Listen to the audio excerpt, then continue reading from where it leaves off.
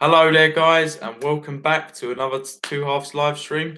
Today, we are going to be talking about all the upcoming big games at the weekend and some other bonus stuff. So, to get us started off, we're going to talk about Real Madrid versus Sevilla. They've been doing decently recently, Real Madrid, after their bad start to the season.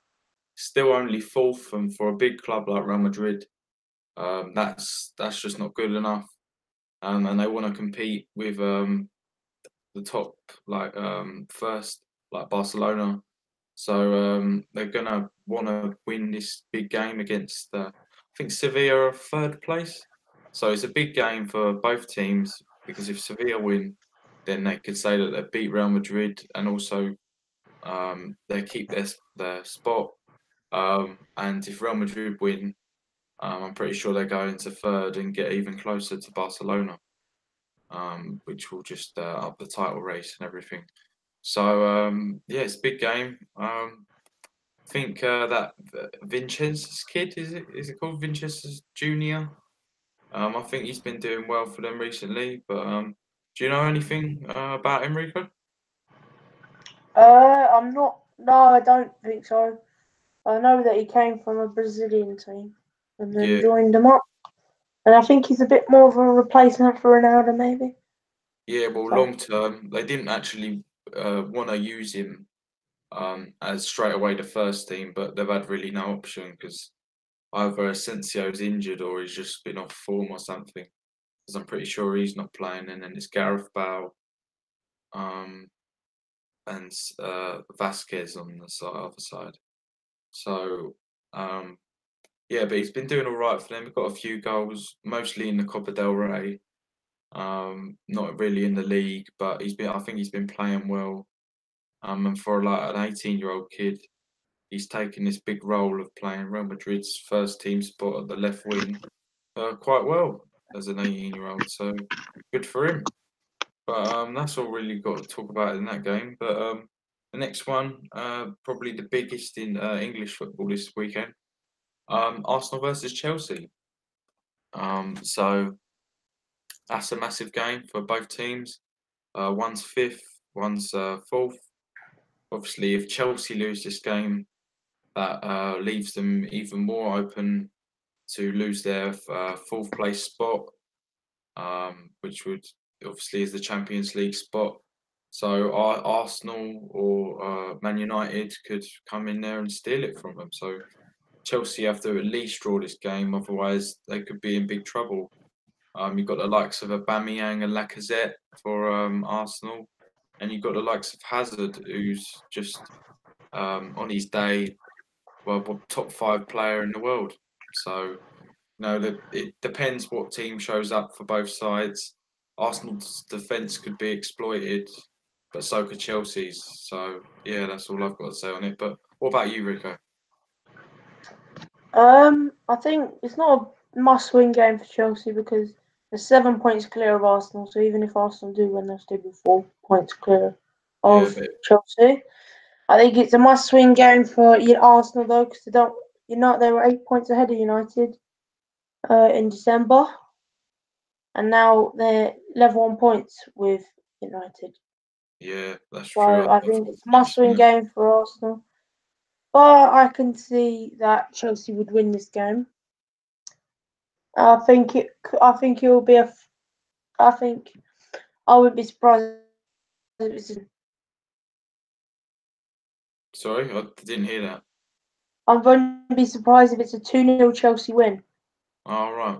Well, I think a bit different. I'd probably say 2-1 Chelsea, but it is at the Emirates at the end of the day. So, and Arsenal have a good record at their home ground. Um, but I'd probably go with 2-1 win to Chelsea. But I could definitely see it being a draw as well. And if Arsenal really do turn up with Aubameyang and Lacazette, and they're on form, and Chelsea's back line aren't in shape, um, then I definitely could see them winning as well. So it really is a 50-50 game really here. Probably slightly more to Chelsea's side, but anything can happen in a London derby like this. So yeah, I'll go 2-1. But the next game we can talk about is a little bit less Premier game. Spurs versus Fulham. Fulham have been working really hard recently. They've put in a couple of good performances against their recent opponents, but they still haven't come good. They look like they're going straight down, back down to the Championship. They've got lots of Ryan Sessegnon, who hasn't really lived up to his expectations in the Premier League.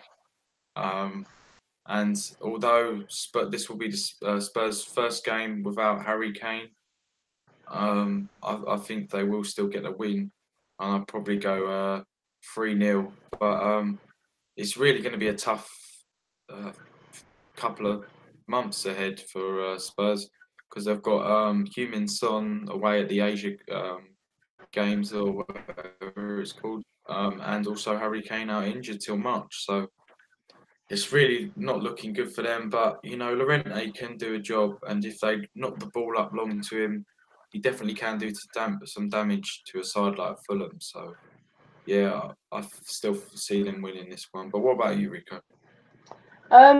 Speaking of Fulham, Fulham have agreed a deal to sign Gary Cahill from Chelsea.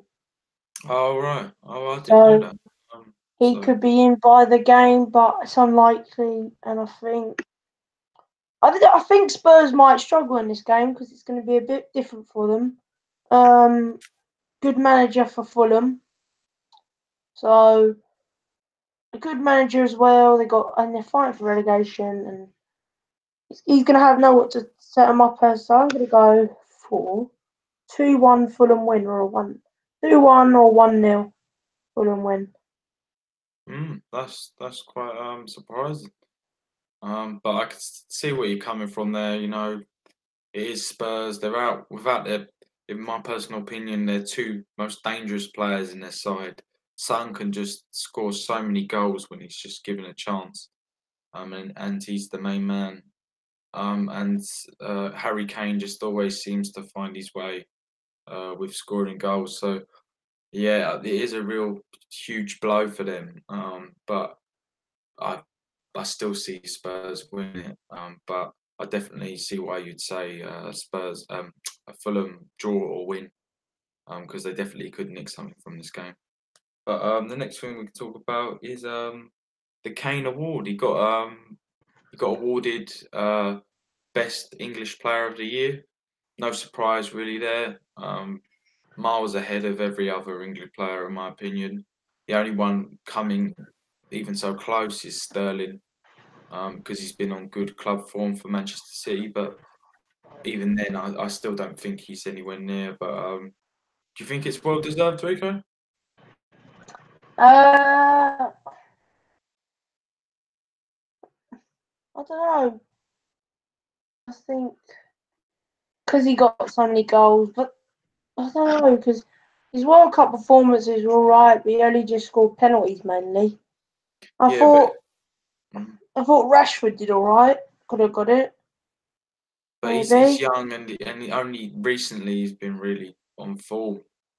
But I Um, say the person who I was thinking it could have been maybe was Jesse Lingard, but Jesse Lingard, maybe not. I just don't think he's got the quality to be England's Player of the Year.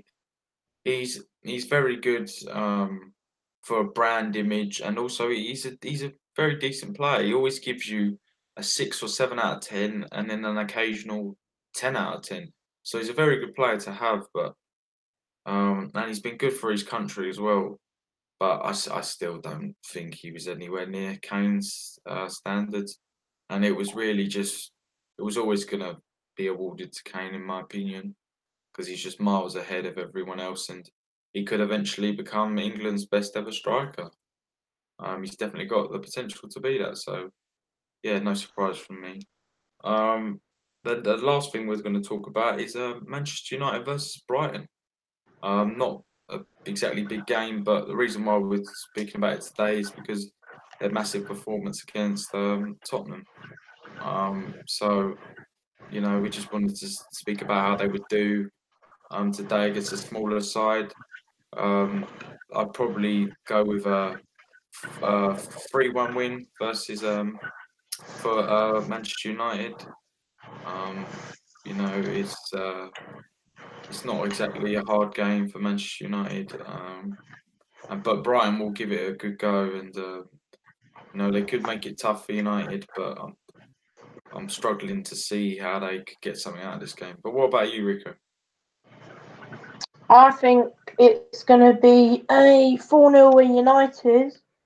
Speaking of United, Martial was close to agreeing a new 5-year deal Yeah, I heard about with that. them, which this could be a little bit of an influence of Jose Mourinho, maybe. Maybe he didn't like Yeah, the playing way under he played it. Mourinho and he wanted to leave. Now Solskjaer's come in and offered him more playing time. Maybe he wants to stay. So Yeah, and he did get some playing time near to the end of Mourinho's reign at Manchester United, but that's only because he had no other choice. Because I'm sorry, but Martial was scoring so many goals every game. He's getting two.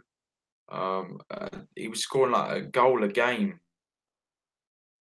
for like straight. So he had no other option to play him in the side. But if he didn't score them goals, he wouldn't be in that first team with Mourinho before he gets sacked.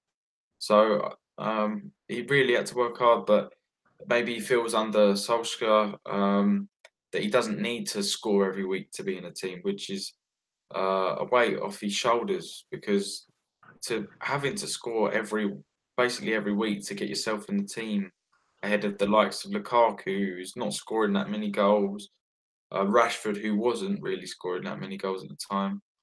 But I still think he should have replaced Lukaku a lot earlier. But yeah, he just feels like more relaxed and feels more free to play, and that's what Solskjaer's kind of brought to Man United, like a chill atmosphere and just telling them to do what they've always been taught before Mourinho, and just get the club back to its old ways when Sir Alex Ferguson was there, and just to play attacking, exciting football that they all can enjoy and not feel pressurised to really put in a job and just be free and everything while they're playing. But yeah, that's pretty much all I've got to say for that. So I'll probably wrap it up here, guys. Hope you enjoyed this live stream. As always, we have live streams on Monday and Fridays, occasional ones in the week if something big happens. But yeah, that's about it. I hope you continue watching our live streams, and we'll see you on Monday. See you later, guys.